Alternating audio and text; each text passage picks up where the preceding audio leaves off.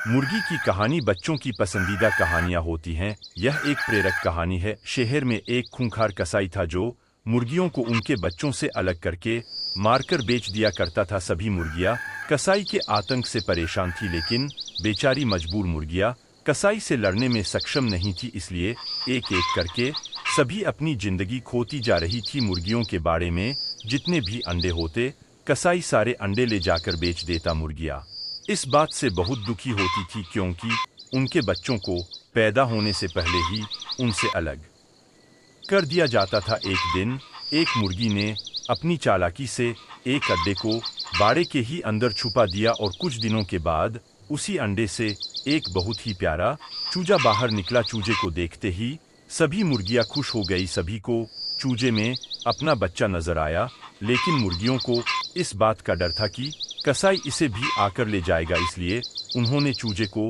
बाड़े से बाहर भेजने का विचार बनाया। और रात के अंधेरे में मुर्गी ने धीरे से अपने चूजे को कसाई की चंगुल से आजाद कर दिया। चूजा बहुत मासूम था, उसे बाहर की दुनिया के बारे में कोई जानकारी नहीं थी, इसलिए वह फुदकता हुआ एक पेड़ के नीचे जा पहुंचा। रात का समय था, चारों तरफ कीड़े मकोड़ों की आवाजें आ रही थी। चूजा डरता हुआ जमीन में बिखरे हुए पेड़ के पत्तों के नीचे सेहम जाता है। चूजा सारी रात डर से कांप रहा होता है, लेकिन सुबह होते ही वह पत्तों से बाहर निकलकर जमीन में फलों के बिखरे हुए दाने खाने लगता है। इसी बीच एक कौवा पेड़ के ऊपर आकर बैठ जाता है और काव काव करने लगता है।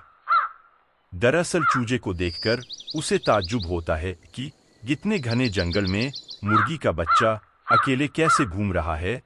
अगले ही पल वह काव काव करता हुआ चूजे के पास पहुंच जाता है। चूजे ने पहली बार अजीब से पक्षी को देखा था, इसलिए चूजा डर जाता है और पीछे हटने लगता है। लेकिन कौवा चूजे से कहता है, ओ तुम्हें डरने की जरूरत नहीं, मैं तुम्हें नुकसान नहीं पहुंचाऊंगा, बल्कि मैं तो यह जानना चाहता हूं कि तुम यहाँ क्या कर रहे हो और यहाँ अकेले कैसे पहुंचे। वो चूजा घबराते हुए कहता है कि मुझे मेरी माँ ने अपने से दूर किया है ताकि मैं कसाई के हाथों मारा ना जाऊं।